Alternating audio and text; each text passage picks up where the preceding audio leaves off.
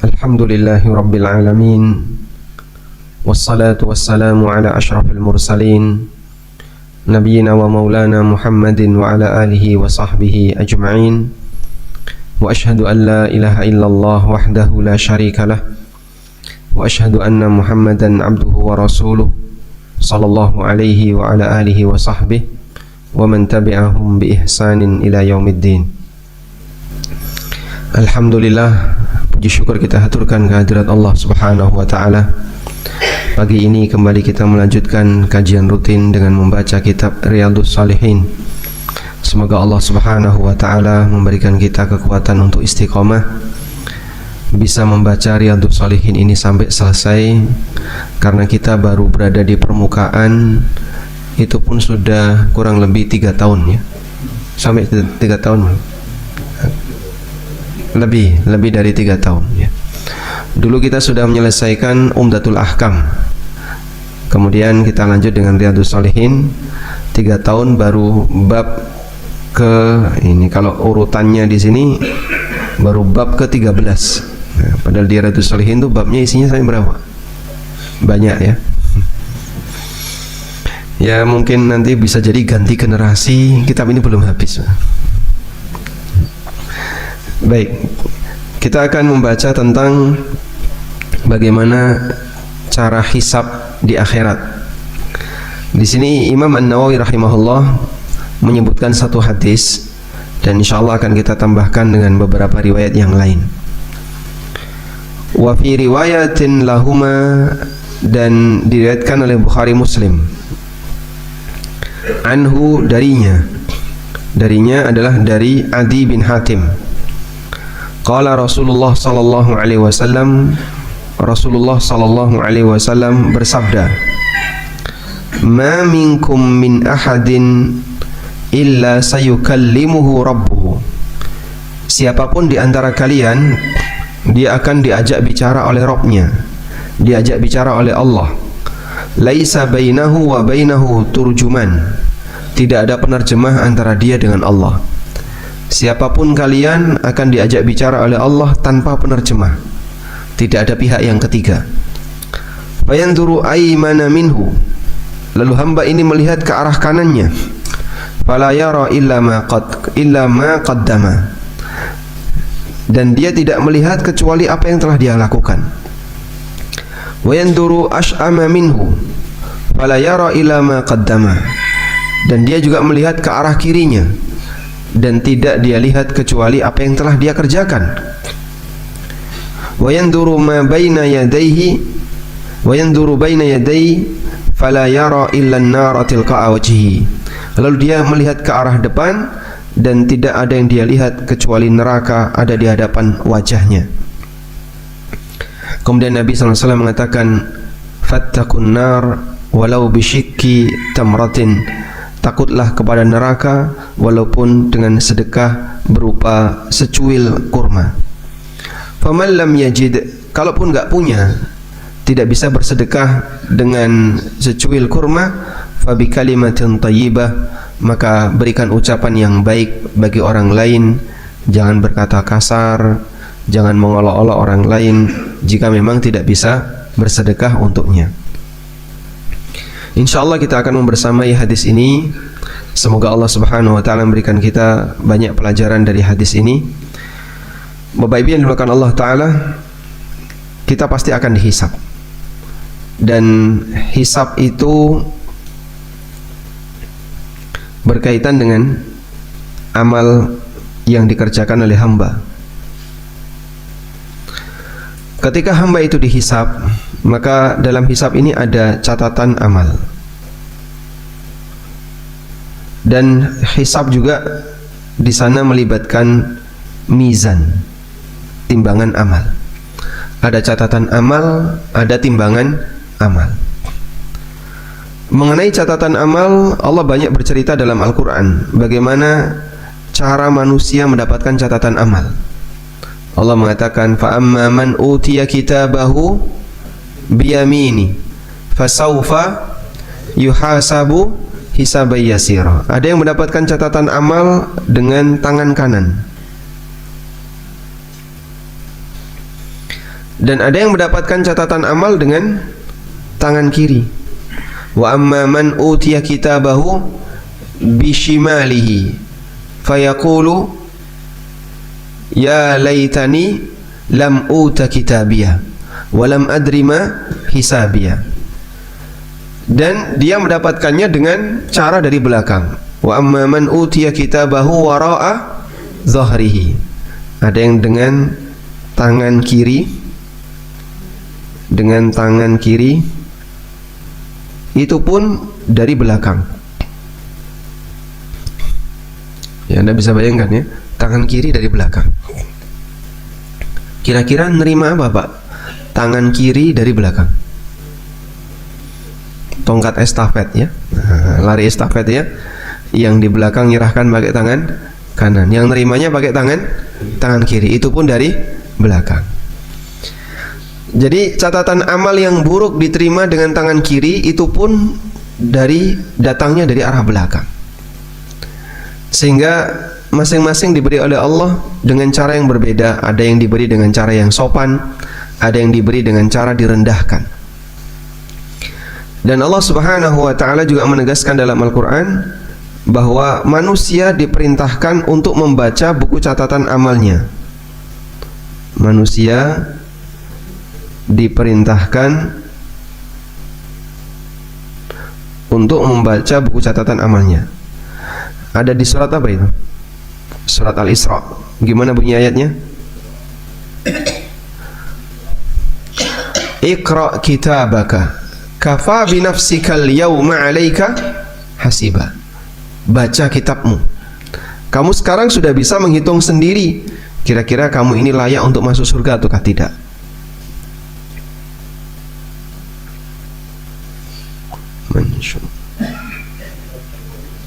Allah Subhanahu wa taala mengatakan, "Wa nukhriju lahu yaumal qiyamati kitaban yalqahu mansyura."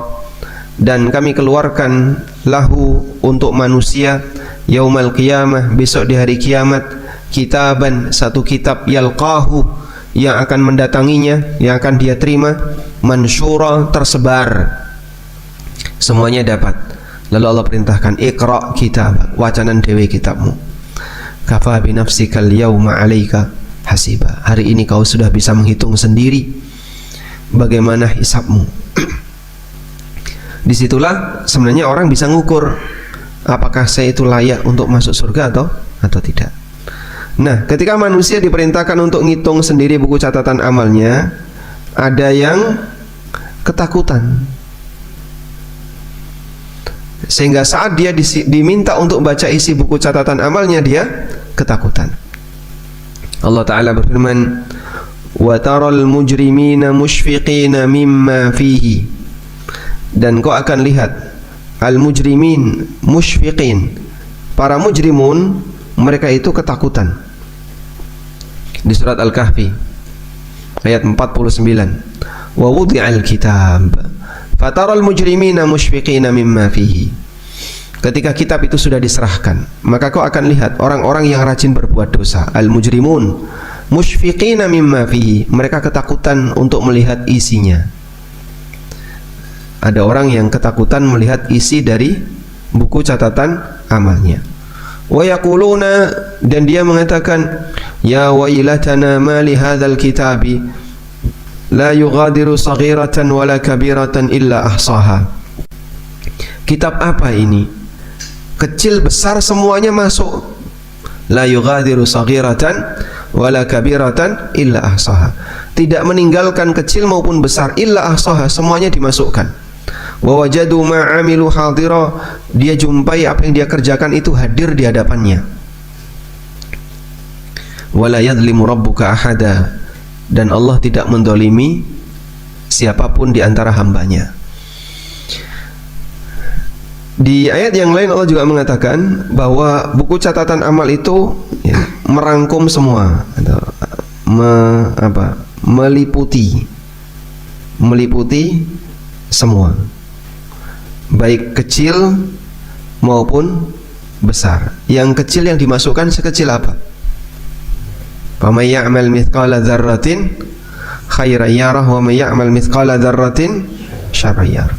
Kecil ini diungkapkan dengan kata dzarrah, seperti setitik debu yang mungkin bagi kita nggak ada beratnya. Beratnya berapa setitik debu itu kita nggak tahu. Baik. Kemudian juga ada mizan. Nah, sekarang kita bicara tentang mizan. Mizan ini Allah Subhanahu wa taala sebutkan dalam Al-Qur'an. Wa nadha'ul mawazin al-qista liyaumil qiyamah.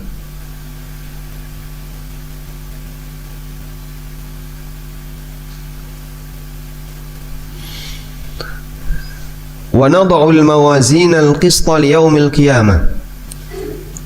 Dan besok kami akan letakkan al-mawazin, mizan-mizan. Ulama beda pendapat, mizan ini jumlahnya banyak ataukah satu. Dan ayat ini diantara yang bisa kita jadikan sebagai landasan bahwa mizan jumlahnya banyak.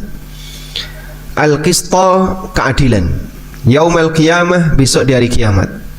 Fala tudlamu nafsun syai'a. Tidak ada satu pun jiwa yang dizalimi.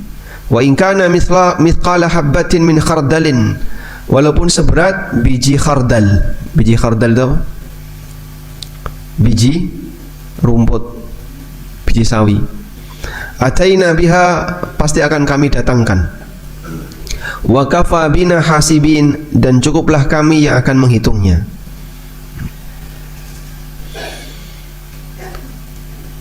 Kata Ibnu Katsir rahimahullah, wa nada'ul mawazin al-adla liyaumil qiyamah. Nanti kami akan letakkan al-mawazin, timbangan-timbangan keadilan besok di hari kiamat. Al-aktsar, pendapat mayoritas ulama, ala annahu innama huwa mizanun wahid, bahwa mizan itu cuma satu. Tapi di sini kenapa diungkapkan dengan bentuk jamak mawazin? Wa innama jumi'a bi'tibari ta'addudil a'mal al-mawzunah. Diungkapkan dalam bentuk jamak dilihat dari amal yang ditimbang, karena amal yang ditimbang saking banyaknya. Baik, selanjutnya di sini mizan, ada yang mengatakan hanya satu dan ada yang mengatakan banyak. Ada perbedaan pendapat di kalangan para ulama. Lalu apa yang ditimbang? Apa yang ditimbang? Para ulama menjelaskan berdasarkan riwayat yang ada, yang ditimbang itu ada 3. Pertama, yang ditimbang itu adalah amalan manusia. Dalam hadis riwayat Bukhari, Nabi SAW pernah bersabda, kalimatani khafifatani 'alal lisan, thaqilatani fil mizan, habibatani indar rahman, subhanallahi wa bihamdihi, subhanallahil azim. 2 kalimat yang ringan di lisan, terus berat di timbangan, dicintai oleh Ar-Rahman. Bacaan apa, Pak? Subhanallahi wa bihamdihi, subhanallahil azim. Dan ini menunjukkan bahwasanya zikir itu juga akan ditimbang, berarti amalan akan ditimbang. Yang kedua, yang nanti akan ditimbang adalah badan hamba. Fisik hamba nanti akan ditimbang. Disebutkan dalam hadis yang sahih, Nabi SAW pernah bersabda bahwa besok di yaumil qiyamah akan didatangkan orang yang paling gagah, paling berat badannya ketika di dunia. Nah, ketika ditimbang oleh Allah Subhanahu wa taala, la ya'dilu janaha ba'udah. Ternyata beratnya itu tidak bisa menandingi satu sayap seekor nyamuk. Pada saat dia ditimbang dengan satu sayap seekor nyamuk, dia terbang. Padahal dia adalah orang yang paling gagah, paling besar badannya. Ya, sekarang kan zamannya orang berantem ya. Berantem di ring itu berdasarkan apa? Berat badan ya. berdasarkan berat badan. Sehingga ada yang berat badannya besar, ya, penangan, ototnya kuat, saat ditimbang oleh Allah Subhanahu wa taala tidak bisa mengalahkan satu sayap seekor nyamuk. Yang ketiga, yang nanti akan ditimbang adalah buku catatan amal. Sebagaimana disebutkan dalam hadis bitaqah. Hadis bitaqah, Nabi SAW pernah bercerita tentang keberadaan orang yang memiliki hadis, yang memiliki bitaqah.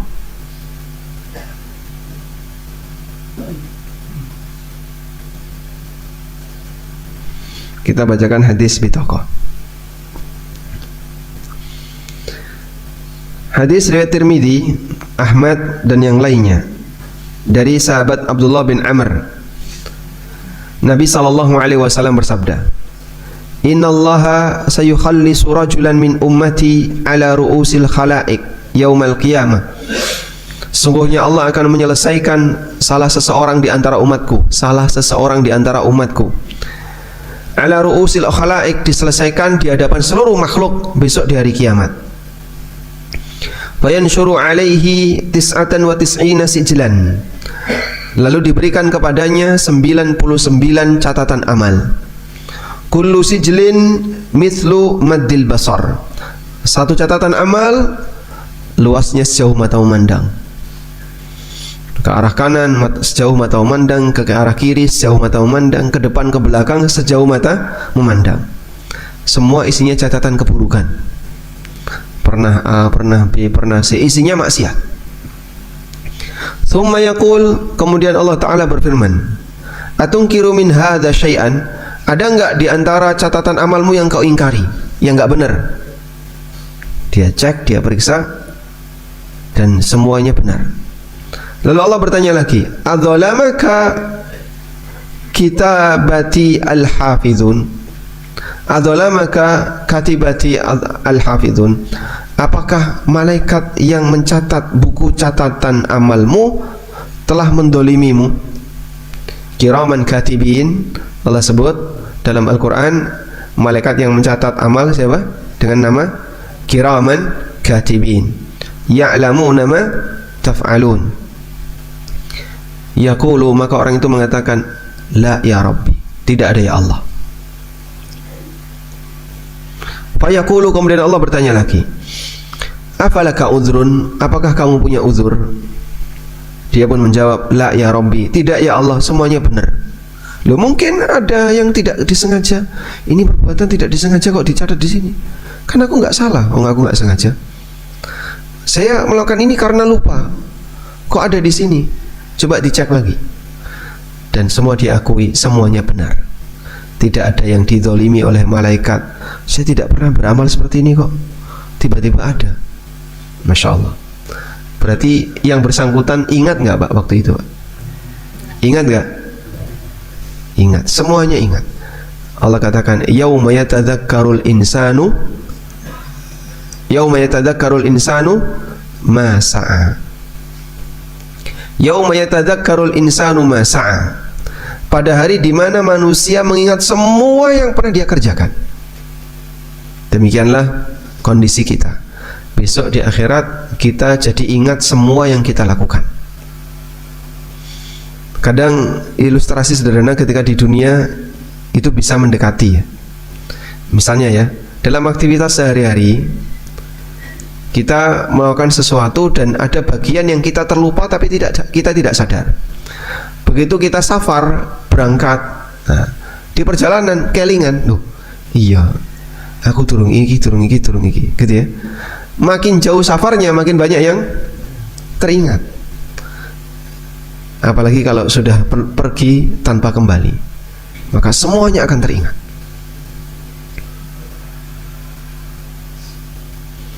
Allah Subhanahu wa taala juga mengatakan, yauma yatadzakkarul insanu fa anna lahu adz-dzikra. Pada hari di mana manusia akan teringat semuanya tapi nggak ada manfaatnya. Sehingga dia teringat dengan aneka perbuatan-perbuatan jahat yang pernah dia lakukan. Karena sudah mati bisa tobat nggak? Karena sudah mati bisa tobat nggak? Tidak bisa. Oleh karena itu pada waktu orang ini ditanya, apakah kamu punya uzur, apakah ada yang salah, apakah malaikat mencatat amal mendolimimu, dia mengatakan la ya Rabbi, enggak ada ya Allah. Fayaqulu, kemudian Allah Subhanahu wa taala berfirman, bala. Tapi di sini ada yang belum nampak. Innalaka indana hasanatan, kamu punya satu amal saleh yang kami simpan.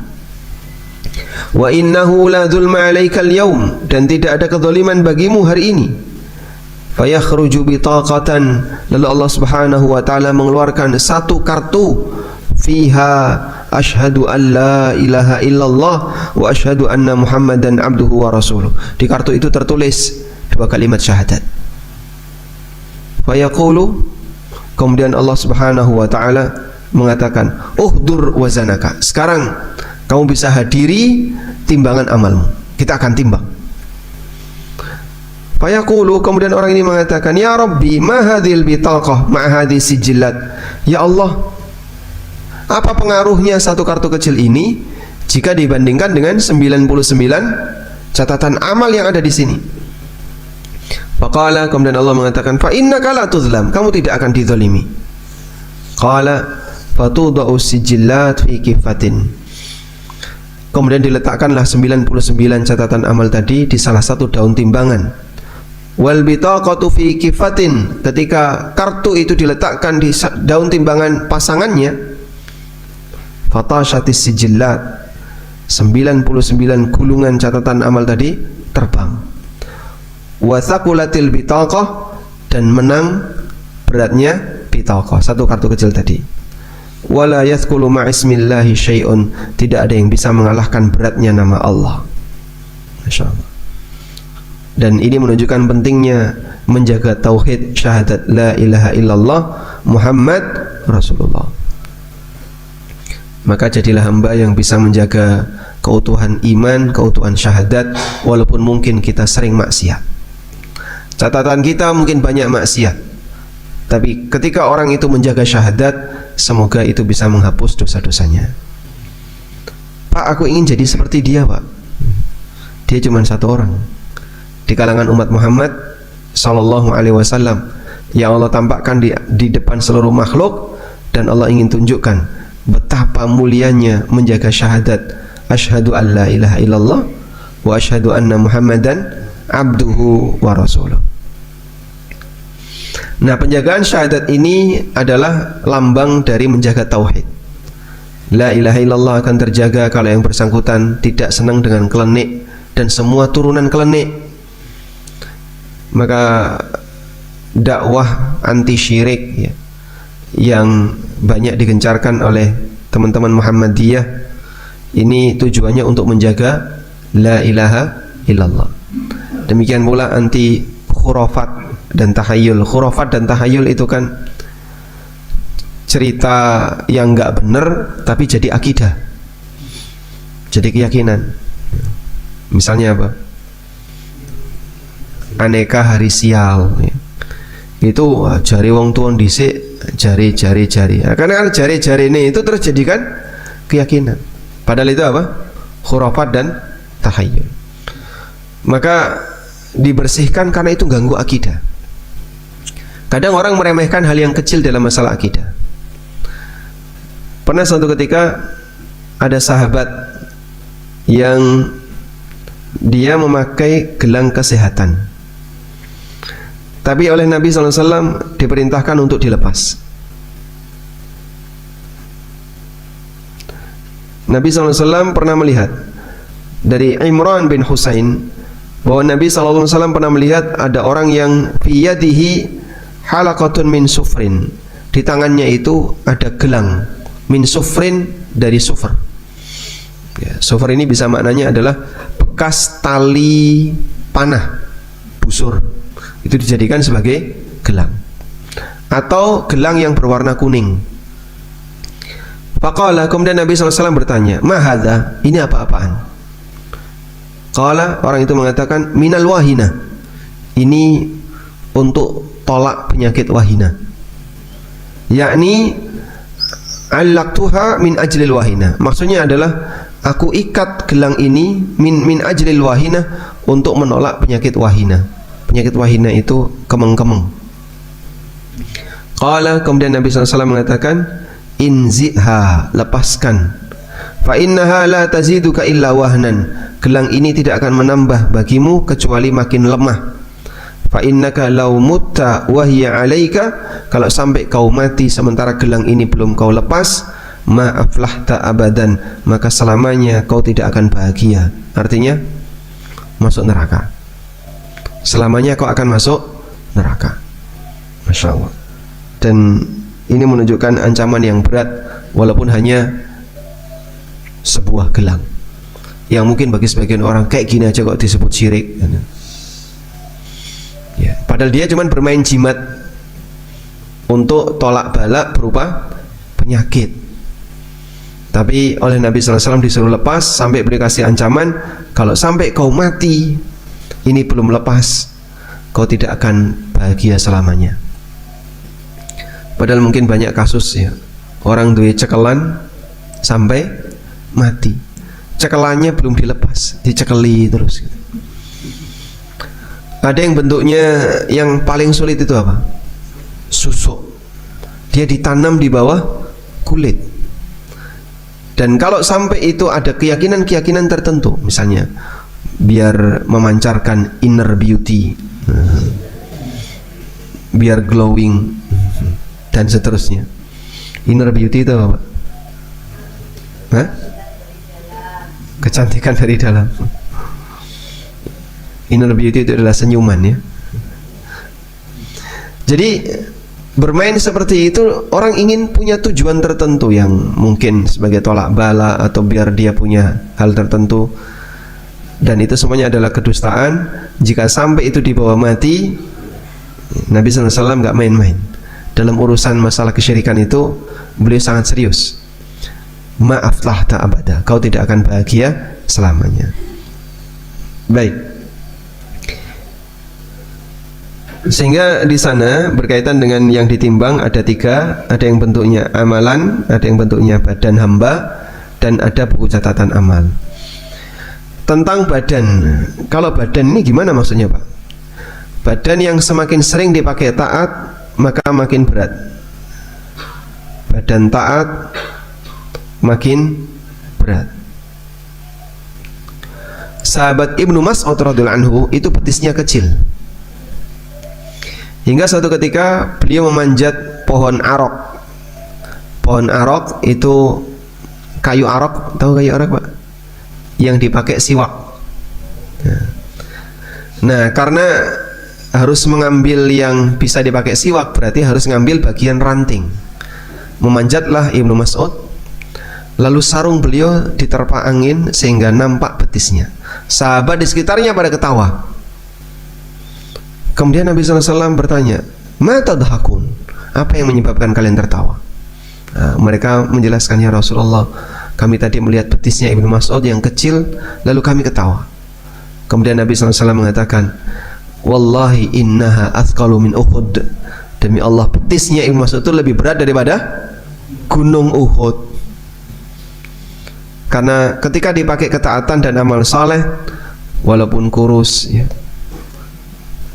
insya Allah nilainya berat.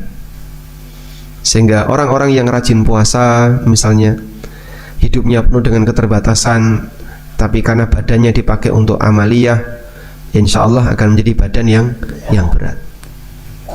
An-Nawawi itu orangnya kurus Pak. Di usia yang sangat muda, 45 tahun beliau meninggal. Karyanya banyak dan jarang makan. Dan beliau sering puasa, buka dan sahur digabung jadi satu. Jadi cuman minum saja menjelang subuh, setelah itu lanjut puasa lagi. Ya bisa dibayangin ya, dalam kondisi ketika puasa, waktunya berbuka tidak langsung dibatalin. Ketika sahur baru berbuka dan sekaligus sahur jadi satu. Maka terkadang sehari nggak ke toilet. Bisa nggak sehari nggak ke toilet Pak? Bisa? Bisa. Sehari nggak ke toilet, itu apa kira-kira rahasianya? Ya jarang makan. nggak makan, nggak minum karena nggak ada isinya, nggak ada yang dibuang, tapi hidup. Ya. Kita lanjutkan. Selanjutnya kita akan membahas tentang beberapa cara hisab di akhirat. Ada beberapa hadis mengenai bagaimana Allah Subhanahu wa taala menghisab hambanya di akhirat. Hadis dari Aisyah radhiyallahu anha, riwayat Bukhari. Kanat la tasma'u syai'an la ta'rifuhu illa raja'at fihi hatta ta'rifahu.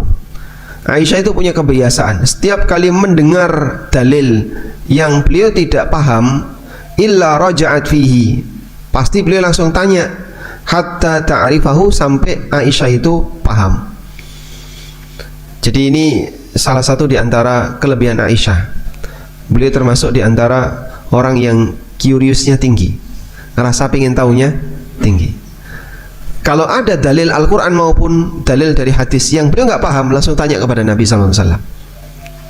Wa anna nabiyya sallallahu alaihi wasallam qala, dan Nabi sallallahu alaihi wasallam pernah bersabda, man husiba udzib, siapa yang dihisab dia pasti diazab.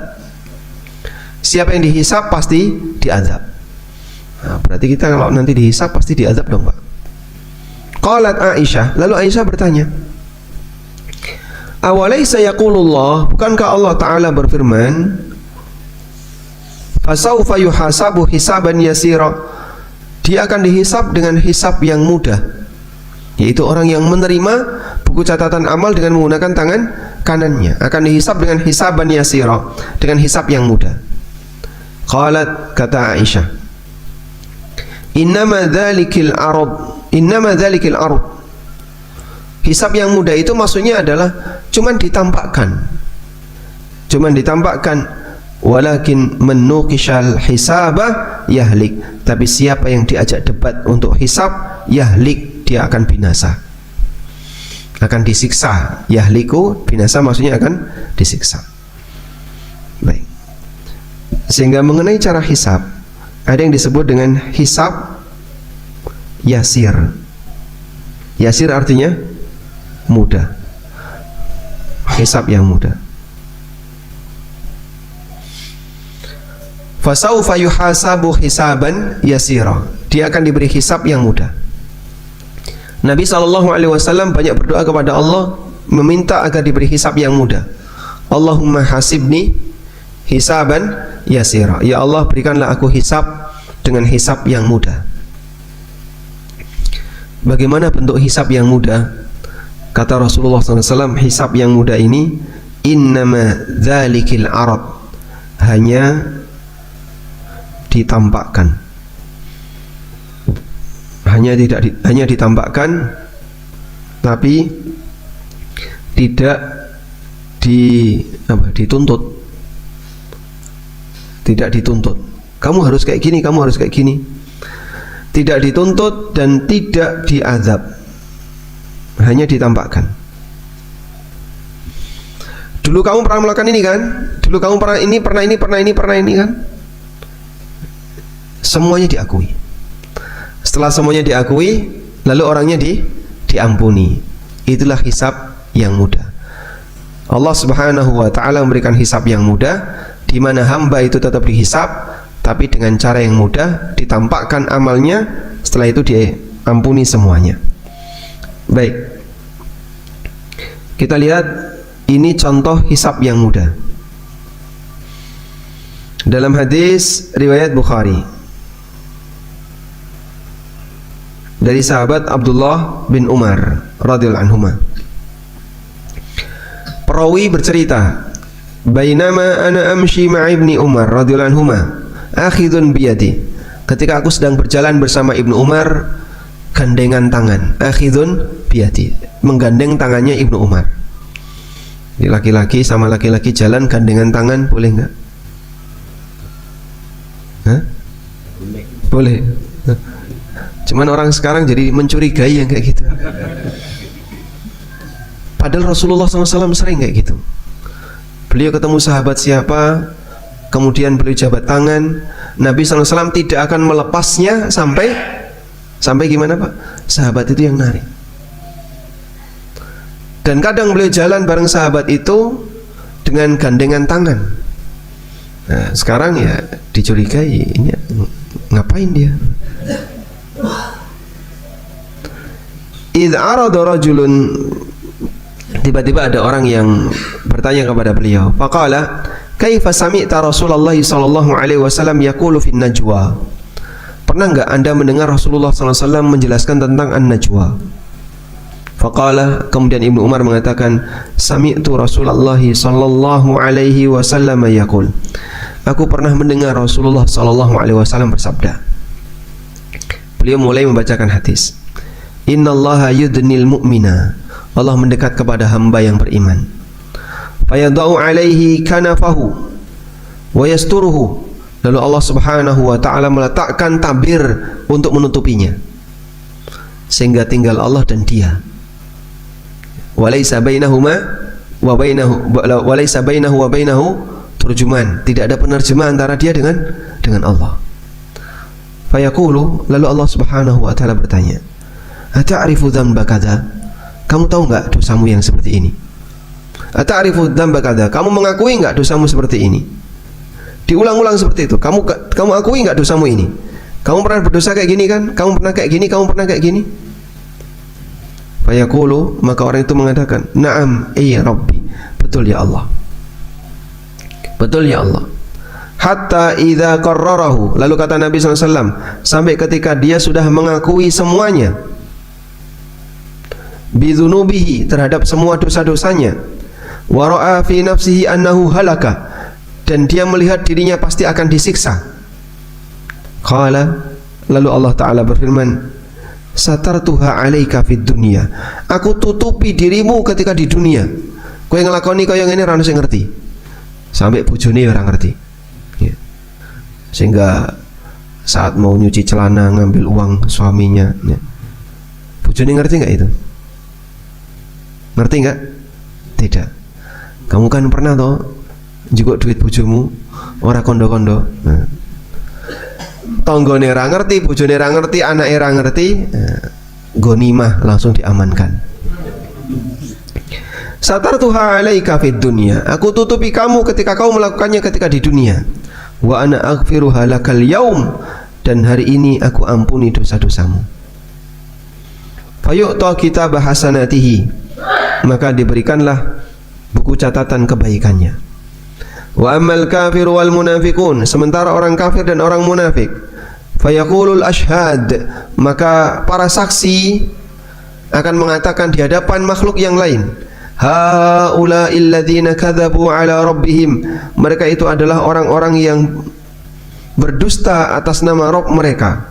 Ala la'natullahi 'alal zalimin, sungguh laknat Allah bagi orang-orang zalim. Orang zalim maksudnya orang musyrik, orang kafir.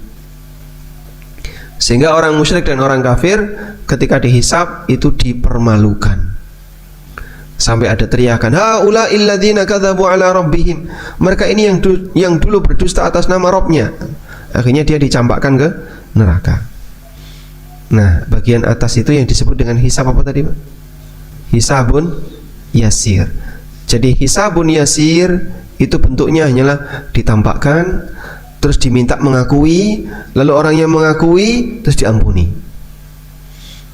Maka perbanyaklah berdoa. Kalimatnya gimana? Allahumma hasibni hisaban yasira. Tolong dihafalkan ya. Allahumma hasibni hisaban yasira.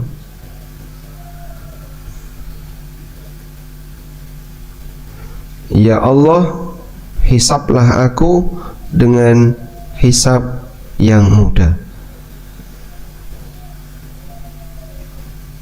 Karena hamba kalau dihisab dengan cara hisab yang mudah, maka dia akan diampuni oleh Allah. Cuma ditampakkan dosa-dosanya, lalu dia diampuni oleh Allah Subhanahu wa taala. Baik. Kemudian ada jenis hisab yang kedua. Hisab debat. Didebat oleh Allah. Nabi SAW juga pernah mengingatkan berkaitan dengan keberadaan hisab yang didebat. Rasulullah SAW bersabda, Man nuqisha udzib. Man nuqisha udzib. Coba kita lihat.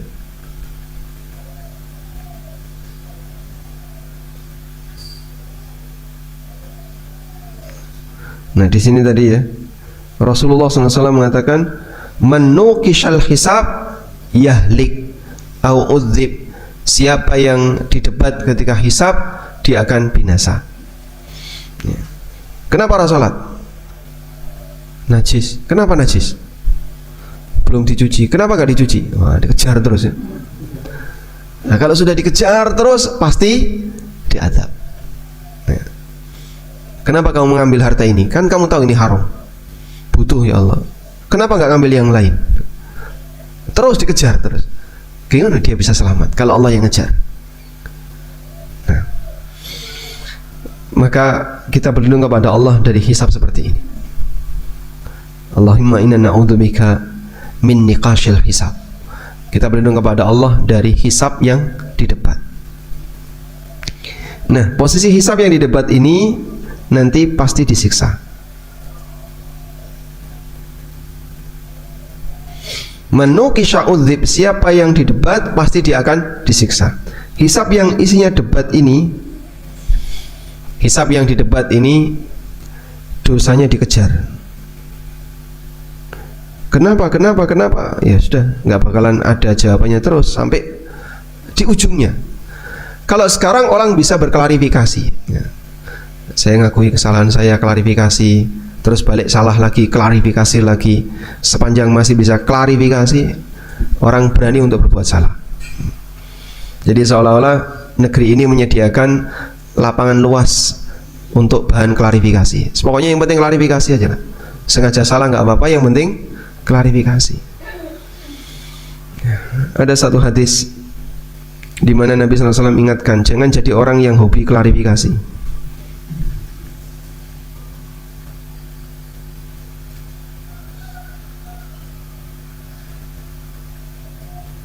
Nah, ini hadisnya. Hadis dari Abu Ayyub Al-Ansari radhiyallahu anhu.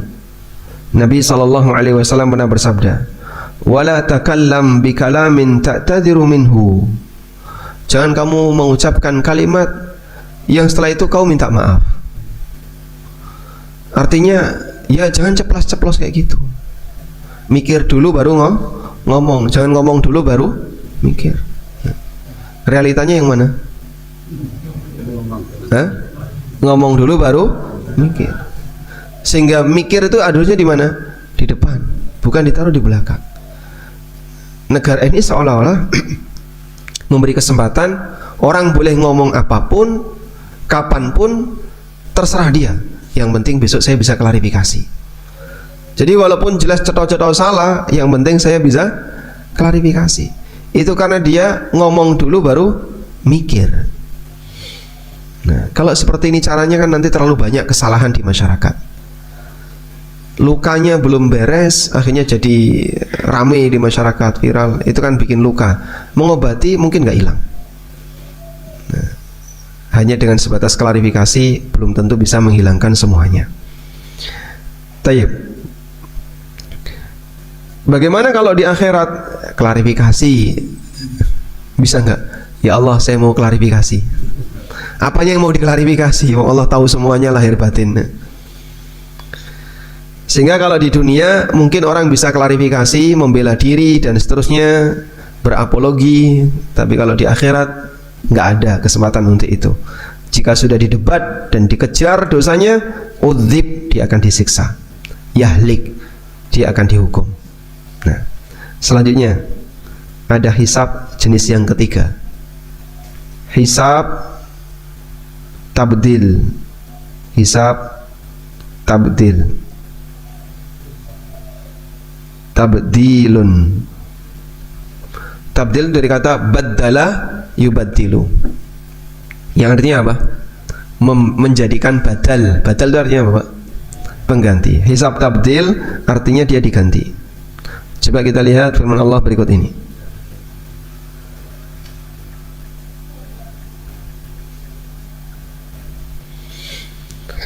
Di surat Al-Furqan ayat 70. Illa man taba wa amana wa amila amalan salihan fa ulaika yubaddilullahu sayyiatihim hasanat wa kana Allahu ghafurar rahima.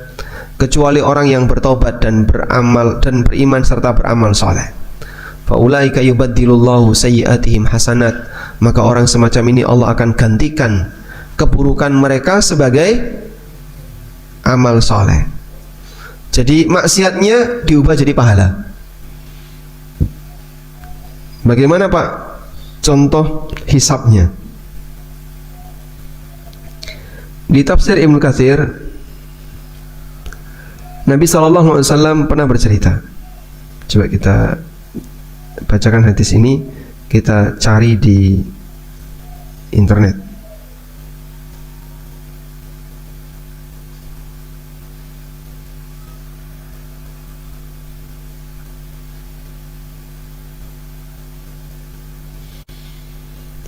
Nabi SAW pernah bersabda, hadis riwayat Muslim dari sahabat Abu Dzar Al-Ghifari, Inni la'alamu akhir ahlil jannati dukhulan al-jannah. Aku tahu orang yang terakhir masuk surga. Wa akhir ahlin nari khurujan minha, dan orang yang terakhir keluar dari neraka. Seperti apa orang itu? Rajulun yu'ta bihi yaumal qiyamah. Ada orang yang didatangkan besok di hari kiamat. Fayuqalu, maka disampaikan kepadanya, i'ridu alaihi sighara dzunubihi. Coba tunjukkan kepada orang itu dosa-dosa kecilnya. Dosa-dosa kecilnya ditampakkan. Warfa'u anhu kibaraha. Tapi untuk dosa besarnya jangan ditampakkan. Coba tampakkan dalam catatan amalnya dosa-dosa kecil, sementara untuk dosa besar jangan ditampakkan. Wa tu'radu alaihi, kemudian ditunjukkan dosa-dosa kecilnya. Sigharu dzunubihi, dia ditampakkan dosa-dosa kecilnya. Fayuqalu, kemudian ditanya kepadanya, amil tayauma kadza wa kadza wa kadza wa kadza. Kamu kan dulu pernah melakukan ini kan? Kamu pernah melakukan ini, disebutkan semuanya. Wa amil tayauma kadza wa kadza. Fayaqulu na'am, kemudian orang itu mengatakan, betul ya Allah. La yastati'u ayyunkira, dia enggak mampu untuk mengingkari, sehingga dia hanya bisa mengakui. Wahuma musyrikun, sementara dia takut, ini dosa besarnya kok belum ditampakkan, baru dosa kecil saja ini. Kemudian Allah tunjukkan, lalu dia diminta untuk mengakui. Dalam batin dia dosa besar belum ditampakkan. Wa huwa musyfiqun min kibari dzunubihi an tu'rada alaihi, sehingga dia ketakutan, nanti kalau dosa besarnya ditampakkan, nanti jadinya apa nasib saya. Jadi dia ketakutan dosa besarnya ditampakkan. Ini baru dosa kecil yang ditampakkan. Fayuqalu lahu, kemudian disampaikan kepada orang ini, fa innalaka makana kulli sayyi'atin hasanah. Setiap dosa yang ada di sini diganti dengan pahala. Maka yang awalnya dosa, catatan itu berubah jadi pahala. Nah, terus orang itu mengaku, fayaqulu rabbi, lalu kemudian beliau mengatakan, ya Allah, qad amiltu asya'a la araha huna. Ya Allah, aku masih punya dosa besar yang enggak ada di sini.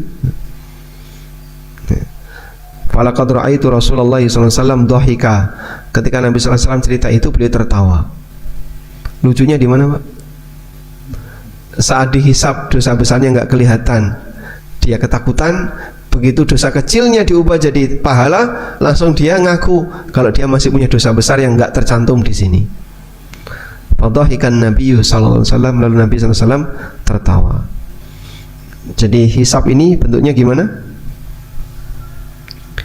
Catatan dosa berubah jadi pahala. Masya Allah. Apa bisa Pak seperti itu Pak? Al-Quran menyebutkan demikian, dan hadis yang sahih riwayat Muslim juga menyebutkan demikian. Saya pengen jadi seperti itu Pak. Caranya gimana? Ya, Allah memilih sesuai dengan apa yang Dia kehendaki, di luar dari kehendak manusia. Wallahu alam. Tapi perbanyaklah doa ini ya. Allahumma hasibni hisaban yasira. Ya Allah, hisablah aku dengan hisab yang mudah. Wallahu alam. Baik, mungkin demikian sebagai pengantar. Wa sallallahu ala nabiyyina Muhammadin wa ala alihi wa sahbihi wasallam. Ada yang mau disampaikan? Enggak ada? Ada? Ada mikrofon enggak?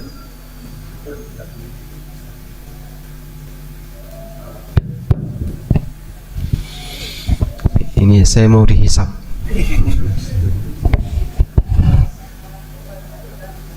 Waalaikumsalam warahmatullahi wabarakatuh.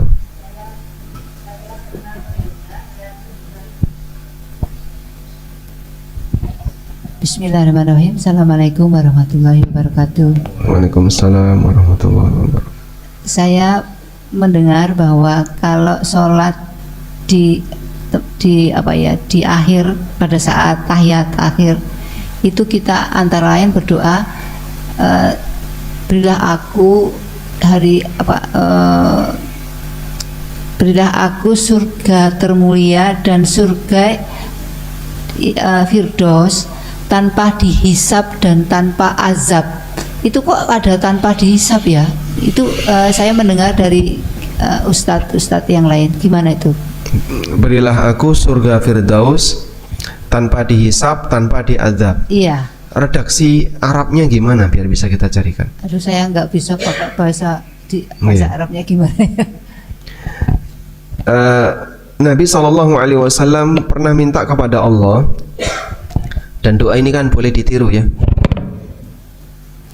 Allahumma inni as'aluka ladzatan nadhari ila wajhika wasyauqa ila liqa'ika. Ini diantara doa Nabi SAW. Ya. Pada saat itu Ustadz atau menanggapi Nabi pernah berdoa kalau minta kepada Allah mengapa tidak sekalian begitu. Intinya begitu.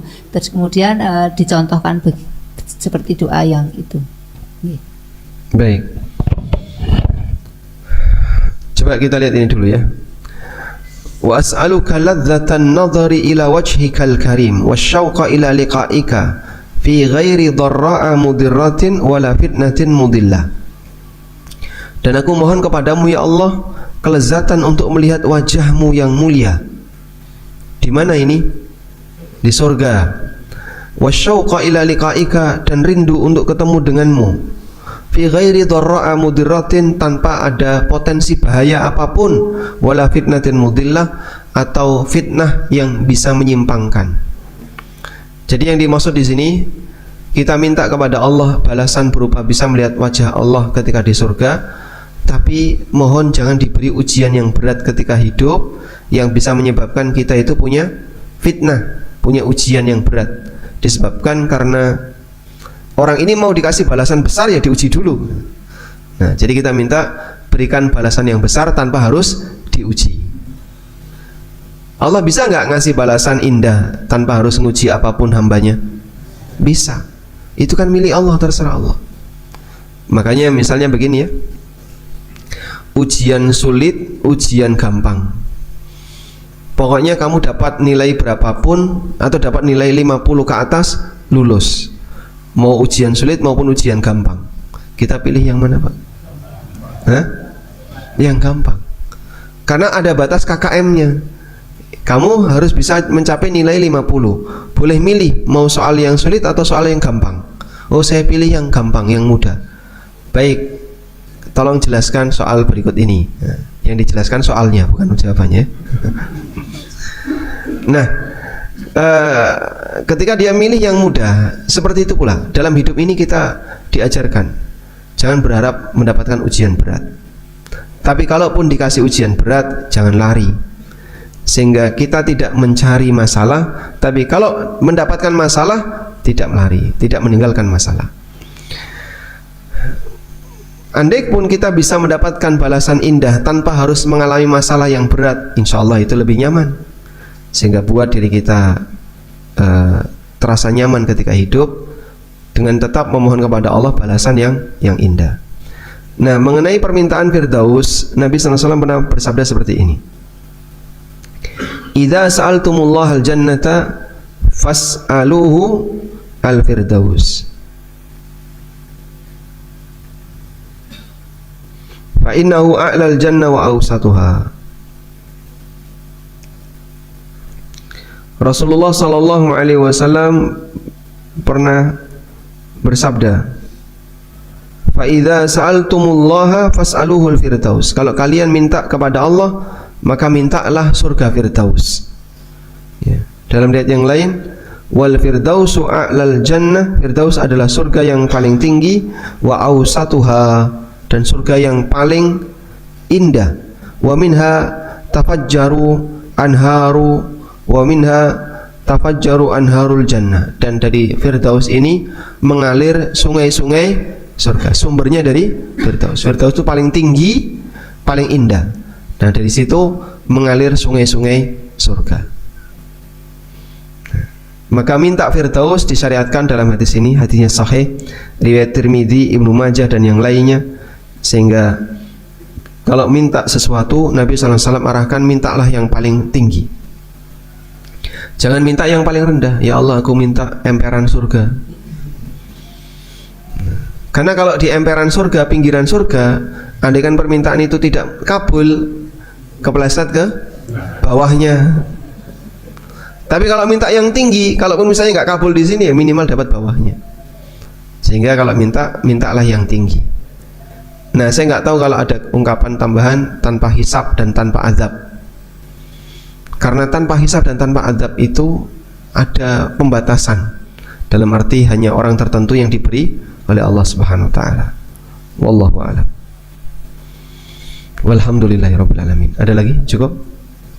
Baik, sudah waktunya salat syuruk belum, Pak? Hah? Sudah lebih. Demikian, semoga bermanfaat ya.